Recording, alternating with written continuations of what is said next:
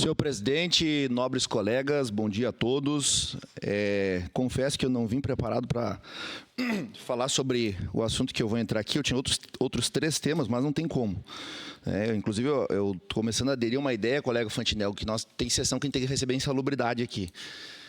De tanta bobagem que a gente ouve nessa tribuna. É absurdo. Ainda bem que, bom, eu defendo a liberdade de expressão, então as pessoas têm que ter liberdade de defender o seu ponto de vista, mas é umas coisas assim, inconcebíveis. O PIB de Caxias do Sul no ano 2019 foi de 27 bilhões de reais. 27 bilhões de reais. Em Caxias do Sul nós temos um bilionário que já é falecido, né? Faleceu no ano de 2018, salvo melhor juízo, e os seus filhos, a sua família sucedeu na condução da empresa que hoje se chama Randon Corp, né? O grupo Randon Implementos Rodoviários e etc. E por coincidência, vereador Capitão Ramon, ontem à noite, antes de dormir, eu estava lá no YouTube, na minha televisão, e daqui a pouco apareceu um vídeo sugerido sobre a história do grupo Randon. E eu assisti o vídeo, vereadora Sandra, e me admirei de alguém que há 75 anos atrás começou, né, essa empresa, se perpetuou dentro da família isso, e hoje essa empresa está entre as 3 maiores empregadoras de Caxias do Sul. Se Caxias gera 27 bilhões de PIB todos os anos e envia para o governo do estado e para o governo federal e fica aqui somente 3,7, só os colegas da Google aí vão verificar, aprovado pela última legislatura dessa casa, inclusive esse orçamento, é graças aos bilionários. Se nós temos empresas de pequeno e médio porte, é graças às grandes empresas. É isso que eu não consigo, não entra na minha cabeça alguém defender imposto, alguém ajuizar imposto, alguém achar que o que a gente tem que fazer não é uma distribuição de renda, é uma distribuição de pobreza, porque foi isso que a gente viu o socialismo afora, onde o socialismo entrou no mundo e o comunismo entraram, foi distribuição de pobreza que aconteceu. É só verificar os fatos históricos, não precisa acreditar no que eu estou dizendo, pesquise, vão encontrar, né? Mas aí insistem na teoria de que o socialismo, em sua essência, nunca foi implementado. Na verdade, o socialismo é uma coisa que há de vir, é um socialismo do futuro. O dia que nós chegarmos lá, nós vamos mostrar o que é socialismo de verdade. Essa é a teoria. E aí a gente tira da goela o imposto para poder financiar o Estado e as pessoas acham que está tudo certo, que é isso aí mesmo, tem que penalizar o bilionário, tem que acabar com os bilionários, tem que enfiar a guilhotina em quem tem condições de comprar uma bolsa de 14 mil reais, mas acha tranquilo a primeira-dama gastar milhões em viagens. Acha tranquilo o Lula ter um abatimento fiscal de 18 milhões, que foi suspenso pelo STF enquanto ele governa, pressionando pelo aumento de impostos. Ninguém noticia isso. Mas ele teve uma dívida fiscal de 18 milhões suspensa pelo STF. A declaração de bens dele na campanha de 2022, sabe quanto foi, prezados colegas? A declaração de bens, 7,4 milhões. E a maior parte desses bens, 5,57, sabe que os pais dos pobres aplicou? Não foi no INSS, porque ele sabe que o INSS está quebrado. Ele não é burro. Isso é exatamente na previdência privada, foi lá que ele colocou o dinheiro. Mas para o trabalhador que recebe 1 ou 2 salários mínimos, vamos lá, contribua com o INSS, porque o INSS é que vai salvar a vida do trabalhador. Então, assim, é impressionante, né? Mas, enfim, vamos avante, porque o tempo é curto e eu tenho outras coisas mais importantes para falar. Seguindo, eu quero apenas compartilhar com os colegas na semana passada, melhor dizendo, na última quinta-feira, nós fizemos uma entrega do valor de 800 mil reais, 2 emendas que foram entregues por meio do deputado federal Osmar Terra. 400 mil reais foram entregues no Hospital Virvi Ramos, a gente está ali acompanhado do deputado, também tem uma gestora ali do setor de enfermagem e também a Cleciane, que é a diretora executiva do hospital. E além dessa entrega de 400 mil reais ao Hospital Virvi Ramos, já foi entregue outros 350 há 1 ou 2 anos atrás pelo deputado também ao Hospital Virvi Ramos. Nós fizemos a entrega de outros 400 mil junto à comunidade lá no loteamento Parque das Rosas, na região do bairro Desvio Risso. Eu trouxe aqui aos colegas, acho que foi no mês de fevereiro ou março, as imagens de como está ainda, inclusive, lá a lagoa, que está poluída, enfim. Então, agora, a gente conversou com o executivo, esteve presente, inclusive, o vice-prefeito nessa entrega, esteve o secretário de Esporte e Lazer, está ali na imagem também, junto com o prefeito, ao vice-prefeito. Também esteve o Ronaldo Boniatti, secretário da SEMAS, que é quem administra essas praças e parques. Então, em conjunto, se pretende fazer um trabalho de revitalização desse espaço, implementação de uma academia ao ar livre, especialmente para a terceira idade, que é quem pode mais desfrutar desses momentos, né, ao ar livre. durante o dia e também a possibilidade de nós montarmos módulos de parque infantil, né? Até conversei com o secretário, ele comentou que hoje já está em desuso a utilização de parques de madeira, até por uma questão de ergonomia e no longo prazo acaba não sendo rentável, né? Ter a madeira, porque a madeira vai apodrecer, enfim. Então hoje é tudo modular e feito de plástico. Os colegas observam que nós temos uma área muito ampla aí, se eu não me engano, são 4.000 metros quadrados que tem de área. É um lago muito bonito, mas precisa estar cuidado, né? Enquanto a gente estava ali, algumas dezenas de patos estavam dentro da lagoa, então, inclusive, às vezes é até difícil falar, né? Tanto que eles estavam ali fazendo barulho para ver a riqueza que a gente tem aqui de natureza e tem que ser preservada. Então, eu acho que nós vamos poder resolver 2 problemas com apenas uma iniciativa.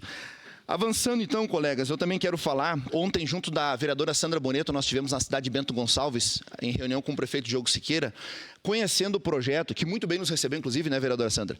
Conhecendo um projeto de vagas preferenciais para autistas, né? E eu acho interessante que o projeto, os colegas talvez vão, como já está em uso nessa tribuna, né? Pasmem. O projeto ele tem 3 artigos, colegas.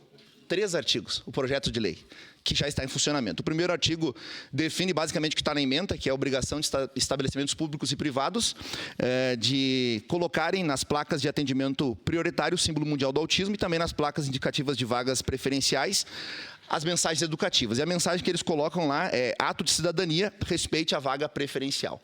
Quais são os exemplos de instituições privadas, né? Supermercados, bancos, farmácias, bares, restaurantes, lojas em geral e similares. Aí ficam um inciso aberto com várias possibilidades de estabelecimentos. E os estabelecimentos que descumprirem, então, estão sujeitos à advertência, posterior multa e posterior ainda uma suspensão de alvará do licenciamento do estabelecimento, uma vez que houver uma terceira constatação da irregularidade. E, basicamente, o que ele falou para nós, né, vereadora Sandra, foi: a gente pintou a vaga, né, o símbolo do autismo na vaga, e tem tentado trazer a mudança cultural em 10 ou 15 vagas na cidade, né, que é o que eu novamente venho propor aqui à Secretaria de Trânsito, ao secretário de Trânsito, que eu já comentei, inclusive, com ele isso, 15 dias antes de vir toda aquela polêmica do decreto, era simplesmente nós darmos o exemplo, começarmos com 10 ou 15 vagas. Nós temos, por exemplo, uma clínica ali na 20 de setembro, passando o INSS, uma clínica que fica à esquerda, se chama Clínica Raízes, onde tem centenas de crianças autistas que são atendidas. E o desafio dos pais é: a vaga é do lado direito, vereador Eloy, e eles precisam atravessar para o lado esquerdo, porque o estabelecimento fica do outro lado da rua. Então, a gente sabe que a 20 de setembro, não, a Visconde de Pelotas, é um movimento absurdo, aquela rua, né? É uma dificuldade enorme poder trafegar ali. E aí o que eles pedem é que fosse trocado o lado da vaga ou fosse feito então uma faixa de segurança, um sinal piscante para que os pais pudessem aí trafegar, atravessar a rua com os filhos que não tem uma redução de mobilidade física, mas muitas vezes estão sujeitos a um descontrole emocional, a uma desregulação emocional que leva o pai, às vezes, ter um filho maior do que o próprio pai, né? Porque os filhos geralmente são mais altos que os pais, inclusive, a não conseguir lidar com a situação e expor a vida da criança e da própria família em risco a um acidente de carro, etc. Isso é a parte, vereadora Sandra. Bom, queria parabenizar o seu trabalho, então, e dizer que em Bento a gente aprendeu muito naquela 1 horinha que a gente ficou ali conversando com o prefeito. Mas, principalmente, a gente reforçou aquilo que a gente tem certeza, que a gente não retira direitos, a gente deve ampliá-los. Então, seria isso. Muito obrigada e continuamos na luta pelas vagas dos autistas. Perfeito, vereadora Sandra. Acho que é uma boa observação isso que a senhora traz, né, sobre preservar os direitos. E eu sei bem disso, tenho aprendido, inclusive, com a minha mãe, né, com a minha avó, primeiro, que é deficiente visual há quase 10 anos já, em razão do diabetes, e também com a minha mãe, que, inclusive, está em fase final agora da formação dela em assistente social. Até comentei com a vereadora Andressa Marques esses dias.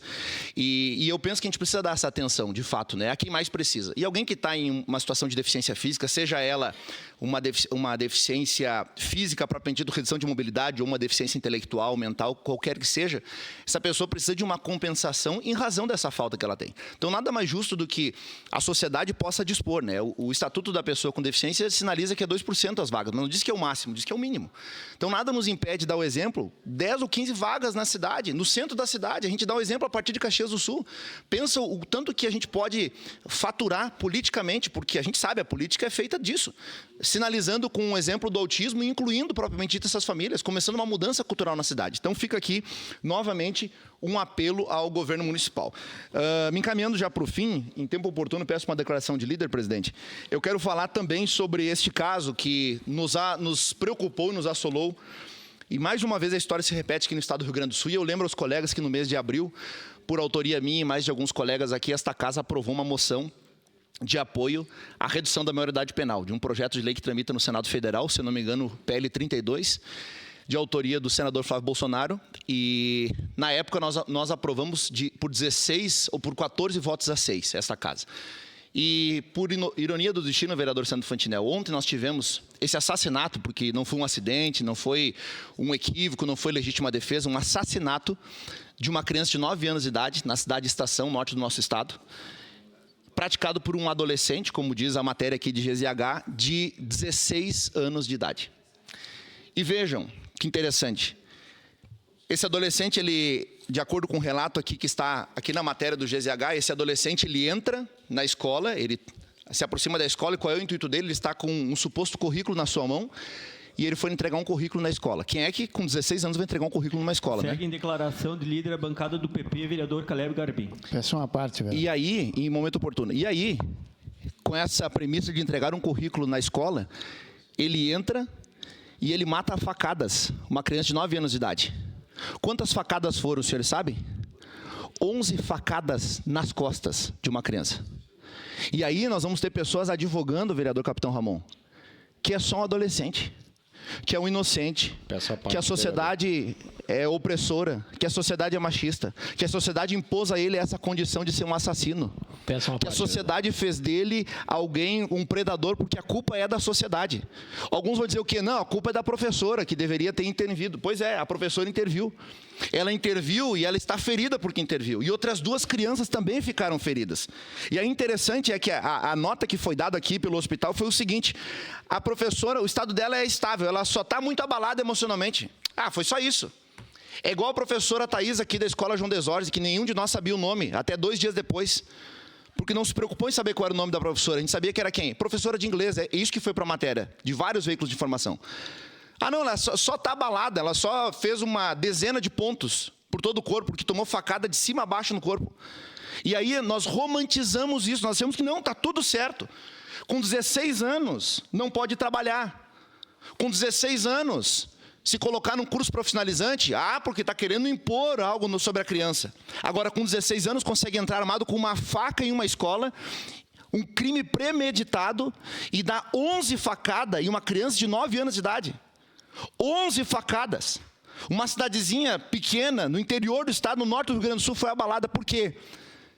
Porque no ambiente onde tem 150 e tantos alunos, 152 alunos que deveriam estar estudando, foram surpreendidos por um vagabundo, um marginal, assassino, que premedita um crime. Ninguém dá 11 facadas em outra pessoa à toa. Ninguém dá 11 facadas em uma pessoa em legítima defesa. Não existe isso. Legítima defesa é você oferecer resistência àquela violência iminente que está sobre você. Agora, 11 facadas nas costas de uma criança de 9 anos. Uma parte, vereador. E sabe qual foi a pena, vereador Odonei? A pena é ficar 45 dias internado. E não, a culpa não é da juíza, não é do judiciário. É o Estatuto da Criança e do Adolescente que prevê essa pena.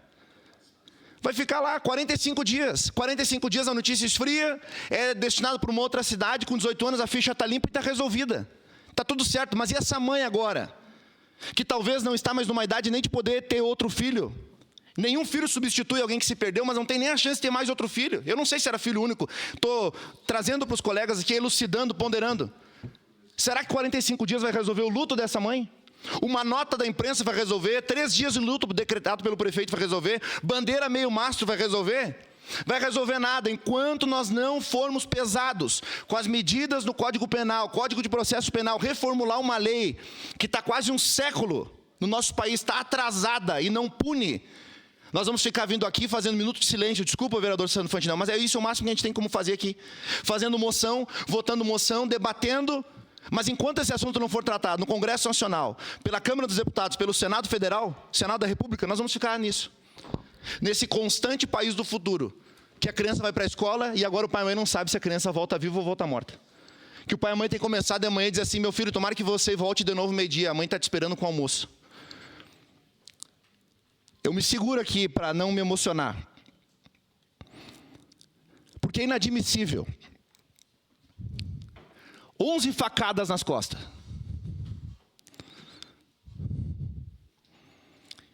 E a gente novamente está fazendo um marginal desse vítima da sociedade. Eu não sei quem foi o primeiro a pedir o seu à parte, por gentileza. Obrigado, vereador, por trazer essa pauta tão triste para nós e dizer assim, sem nenhuma vergonha, sem nenhum pingo de receio, né? Não é um sinônimo meu esse. O ECA é uma vergonha. O ECA é uma vergonha para o mundo, não é para o Brasil. Porque se nós, quando a gente viaja aqui para outros lugares para buscar coisas boas para trazer para a nossa cidade, a gente copia coisas boas que tem lá fora e traz para cá. Então eu digo assim, ó, vamos copiar a maior potência do planeta, os Estados Unidos, onde que um cara com 12 anos se cometer um crime hediondo vai para a cadeira elétrica. Qual é o problema? Não interessa quantos anos tem. Entende? Aqui vem me dizer para mim que 17 anos, 16 anos, 15 anos, 14 anos não sabe o que faz. Um assassino com 16 anos. Olha, a menor idade no Brasil teria que ser no mínimo, mas no mínimo 14 anos de idade. No mínimo. Até porque eu trouxe nessa tribuna, vereador Caleb, uma informação da Universidade de Harvard, que fizeram um levantamento, onde que hoje, no mundo, tá, uma criança com 7 anos, ela tem na cabeça mais informações que o imperador Júlio César em Roma. Então, olha o conhecimento que a juventude tem. E aí vem dizer para mim que não sabe o que faz? É uma vergonha, gente. Isso é uma vergonha. Mas daí vão botar as crianças junto com os bandidos lá na cadeia. Mas se são bandidos, só vão fazer companhia para os colegas. Está tudo certo. Olha, é apavorante o quanto nós estamos atrasados e a cada ano que passa, em vez do Brasil evoluir um ano, ele volta 3 para trás. Obrigado, vereador. Quem mais pediu a parte? Vereador Capitão Ramon. Vereador Caleb, nós, como representantes do povo, nós devemos nos posicionar. E eu ouvi certa feita um vereador aqui dessa casa falando que no Brasil só existia pena de morte em caso de guerra. E eu digo, existe pena de morte no Brasil e ontem ela foi aplicada. No entanto, não foi aplicada ao criminoso, foi aplicada à vítima. Nós tivemos uma pena de morte, aquele garotinho de 9 anos que foi atacado brutalmente por 11 facadas. Ele não vai ter direito a recorrer, ele não vai ter direito a regime, a progressão de pena, ele não vai ter direito a uma segunda chance. Ele foi condenado e a sua família também. E aqui nós tivemos, vereador Caleb Garbim, para o senhor saber, o PL 112 votado na semana passada, que aumenta em 80% o regime para progressão de pena, e nós tivemos deputados federais aqui do Rio Grande do Sul que votaram contra. Votaram contra um estuprador estar preso. Votaram contra. E eu queria que eles votassem quando for algum familiar deles. É por isso que fazem isso.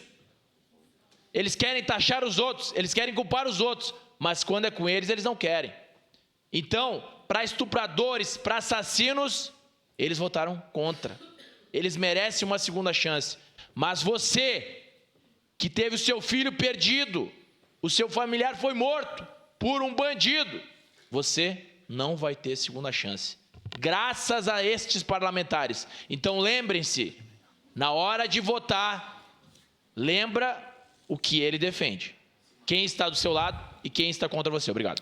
Seu parte, vereador Iago. Vereador Caleb, parabéns pela sua fala, foi impecável, parabéns mesmo, né? Isso aqui é uma bandeira que a gente não luta de hoje. Desde a faculdade a gente falava sobre a bandidolatria e a gente sofria na faculdade porque a gente sempre foi minoria. Hoje ser revolucionário é ser conservador, pai de família e discordar da professora na faculdade, é o que a gente fazia muito e sofria muito por isso. Mas vamos lá, só um adendo, porque o senhor foi impecável, faltou uma coisinha nessa história, só para finalizar. Sabe quem salvou de não ter, vereador Fantinel, 10, 15 crianças mortas? O zelador, conhecido como Tio Pelé, que no depoimento dele, ele falou que só pensou em uma coisa, ele tinha que buscar uma espécie de arma, e ele não tinha. Ele buscou uma pá e agrediu o vagabundo, o assassino, pelas costas com uma pá. Ele disse que era a única coisa que ele tinha, e a segunda coisa era a certeza que se não salvasse aquelas crianças, elas iriam morrer, 8, 10 crianças, e ele daria vida por elas, né? Foi o que ele fez. Esse Tio Pelé, ele trabalhou a vida inteira, ele nunca foi preocupado com com pauta feminista, com pauta dos todes. Ele não é um homem desconstruído, não, ele é um homem com ímpeto, como os de antigamente que construíram a nossa nação. E eu acredito que Abraham Lincoln tornou os homens livres lá atrás, mas o Samuel Colt tornou todos iguais. Por quê? Porque desenvolveu as armas de fogo. Então a gente vê que se ele tivesse uma arma de fogo, teria salvo e não morria talvez nenhuma pessoa naquele local, nenhuma criança, porque lobo sempre vai ter, né? E ali a gente tem o projeto 1449/23 do delegado Paulo Belinski. Mas por que não anda, vereador Caleb? Porque a esquerda é contra ter arma de fogo, né? Então, se tivesse vigilantes armados, a gente não teria o que a gente está ocorrendo e vai continuar ocorrendo em escolas. Mas dá um custo muito alto. Primeiro, investimento em educação, não é custo. E segundo, se pegar o que a gente está fazendo aí e doando para a Lei Rouanet do governo, a gente ia ver que dava sim para contratar vigilantes armados nas escolas. Seria isso. Vereador Iago, parece que o senhor olhou aqui a imagem que eu tenho aqui, matéria de Gazeta do Povo. Por um voto, esquerda barra projeto de segurança para escolas em comissão da Câmara. Está aqui, ó. E não foi na Câmara de Vereadores, onde a gente só fala. Foi onde dá para votar, onde esse projeto aqui é de competência federal. Um voto. Esse é o preço da vida do Vitor e de tantas outras crianças que vão morrer ainda. Não é profecia, é estatística. É estatística. Para concluir. Para concluir, presidente, a Escola Municipal Maria Nascimento estará fechada por tempo indeterminado. Esse aqui é o futuro do Brasil, ó. É isso aqui que sobrou para o prefeito fazer. Não tem muito mais o que ele fazer. Enquanto a gente tiver esse tipo de defesa de bandido e de vagabundo, é isso que a gente vai colher, infelizmente. Muito obrigado, presidente. Obrigado, vereador. Seguimos em grande expediente. Próximo inscrito, vereador